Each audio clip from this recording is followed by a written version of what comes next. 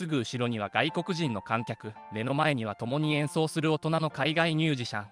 そんな状況でピアノを弾いているのは当時10歳の日本人ジャズピアニスト相古里さんです。本場ニューヨークの名門ジャズバーに初参戦した彼女は、アジア人の子供に何ができるんだという偏見を実力で乗り越え、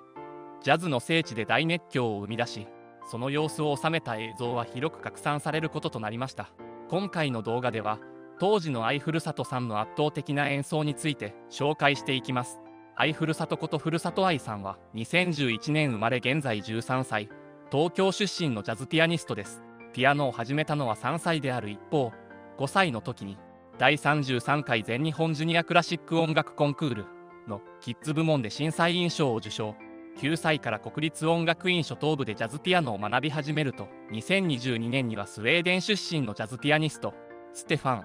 カールソン氏からオンラインで指導を受け、その才能をさらに磨き上げていきます。その後2024年2月、12歳でアメリカのバークリー音楽大学に世界最年少で合格し、現在も音楽活動を続けている最中です。若くからその実力を発揮してきた相古里さん、すでに海外からも大きな注目を集めています。先ほどバークリー音楽大学に世界最年少で合格したと説明しましたが、その際はプレジデンシャル・スカラシップという授業料、寮費などさまざまな費用が全額免除される奨学金制度が適用されていました。他にもファッションブランドベルシカとソニー、ミュージック、ラテンの共同プロジェクト、ベルシカミュージックに参加。ラテンミュージックのトップドラマー、オラシオ、エル・ネグロ、エルナンデスと共演し、オリジナル曲、キックオフをカーサレモンからリリースする活躍も見せていたのです。このように相古里さんは年々海外からの評価を高めつつあります。冒頭に紹介し、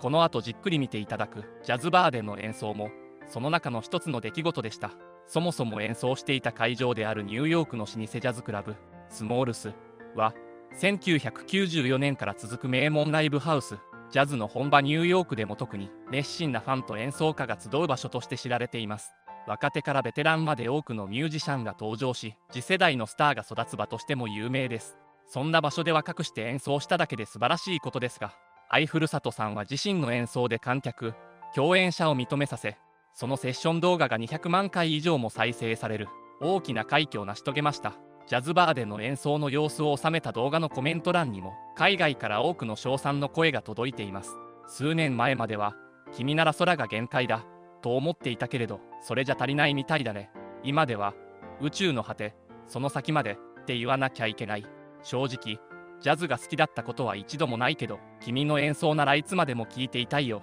愛さん、どんなに美辞麗句を並べてもあなたの音楽の素晴らしさを語るにはまるで汚れた雪のように色あせちゃうわ。あなたの才能が常に自分自身を超えていくのを見るたび、ただただ圧倒されるばかりだよ。そんな驚異的な才能がまだ10代にも満たない、あるいはやっと10代に入ったばかりの人にあるなんて信じられない。このようにジャズの聖地にいる耳の超えた観客もうならせ、世界から絶賛を浴びる相古里さんの演奏、一体どんなものなのか気になりますよね。そこで今回はご本人から特別に許可をいただき、国内外で大きな話題を呼んだニューヨーク老舗ジャズバーでの演奏映像を実際に見ていただきたいと思います。その最愛古里さんの素晴らしいパフォーマンスはもちろんですが、観客の盛り上がり、